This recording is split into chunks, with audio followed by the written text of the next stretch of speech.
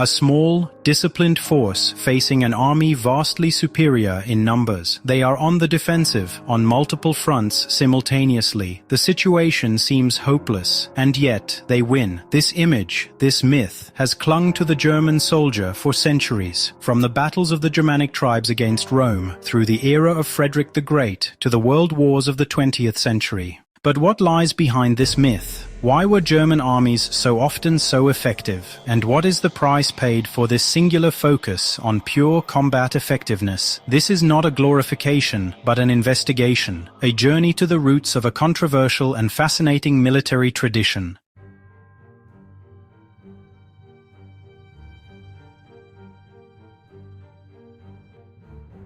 Our story begins in the year 9 AD, deep within the forests of Germania. 3 elite legions of the Roman Empire, about 20,000 men, are annihilated. The leader of the Germanic tribes, Arminius or Hermann, he knew the enemy, he served in their army, and he turned their strengths against them. As historians like Christian Pantel have analyzed, Arminius was no barbaric giant, but a tactical genius. He lured the Romans into difficult terrain, where their formations and their overwhelming numbers became useless.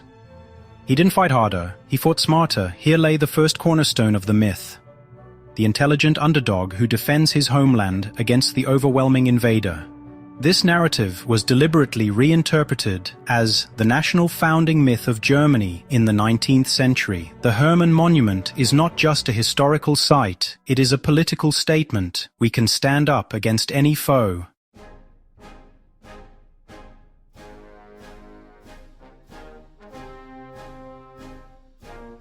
Let's jump to the 18th century. Prussia is a small, poor state, surrounded by powerful neighbors. Its king, Frederick the Great, faces the combined armies of Austria, Russia, and France with a tiny force. And he wins, over and over again. How? The answer is not just brutal drill, but system. Prussia invented the professional state soldier. While other armies relied on mercenaries and press gangs, Prussia created a standing army that trained permanently. The key was Auftragstaktik, the mission command style of leadership. A Prussian officer was given a goal, not a detailed order. How he achieved it was his business. That fostered initiative, fast decision-making, and superior flexibility on the battlefield.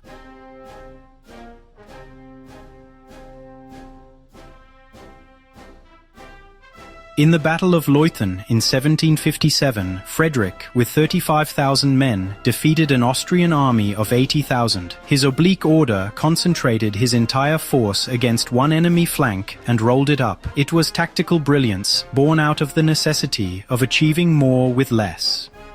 The military historian Robert M. Citino coined the term the German art of war for this, a constant search for the operational maneuver that decisively weakens the enemy with a single blow.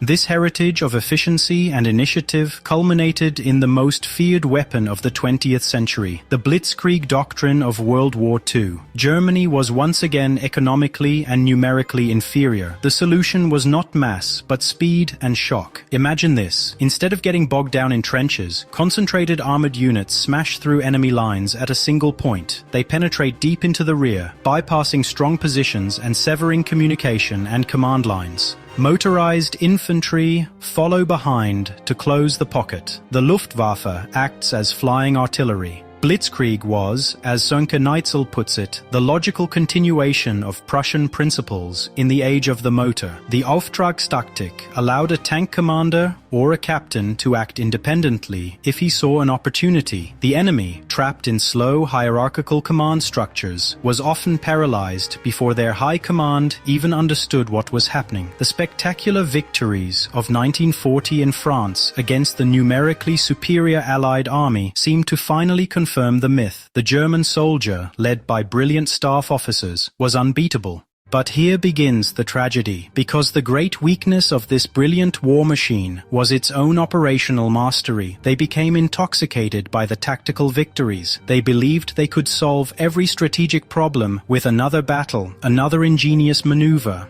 The attack on the Soviet Union was the peak of this folly. Once again, they were numerically inferior. Once again, there were breathtaking victories and massive encirclements. Millions of Soviet soldiers were taken prisoner. But the sheer vastness of the territory, the mass of the enemy, and the brutal Russian winter eroded the tactical advantages.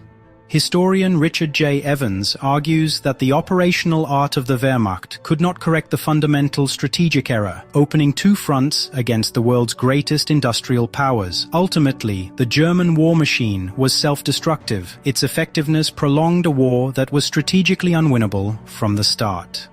Every tactical victory deepened the trenches of hatred and led to even more suffering. The end was total defeat, the Holocaust, and the division of a nation. So, what remains of the myth of the invincible German warrior? It is a blend of historical reality and dangerous simplification. The reality consists of measurable factors: discipline, a system of training that rewards initiative, Auftragstaktik, and tactical innovation, often born out of the necessity of inferiority. The myth, however, is the transfiguration of these factors into an innate, invincible trait. History shows us no people are inherently more warlike or better than another, but systems, doctrines, and a culture of military craft can make a decisive difference, for better or for worse. Perhaps the true lesson from this history is not how to effectively wage war, but that military effectiveness alone has never brought a just or victorious peace. It is a double-edged sword that, when separated from strategy and morality, threatens to destroy those who forge it sharpest.